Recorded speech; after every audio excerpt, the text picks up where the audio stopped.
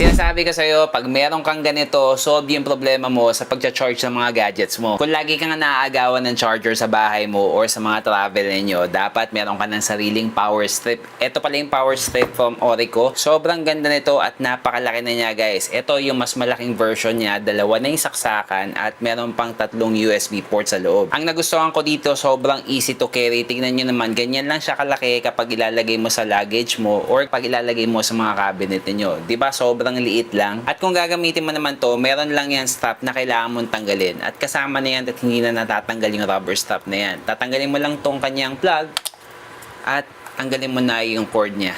At mahaba-haba na rin yung cord nito, nasa almost 2 meters na rin, kaya pwede na. Ang maganda dito is meron siyang 3 USB port, 2 USB-A at isang Type-C. Kaya kahit sabay-sabay pa kayong mag-charge ng mga kasama mo sa bahay, hindi ka mauubusan ng outlet dito. Pagkatapos mo nga gamitin to, sobrang bilis lang na maayusin ito, guys. Ipulupot mo lang yung cord niya dito sa kanyang outlet at ilagay mo ganito. Lagay mo yung rubber niya. Pwede mo nang ilagay sa bag mo or itago sa cabinet. Kaya ano pang hinihintay nyo, guys? Kung lagi kayo nakukulangan ng charger sa bahay at kailangan nyo ng ganito pag nagta-travel kayo, nandyan lang yung link niyan sa yellow basket.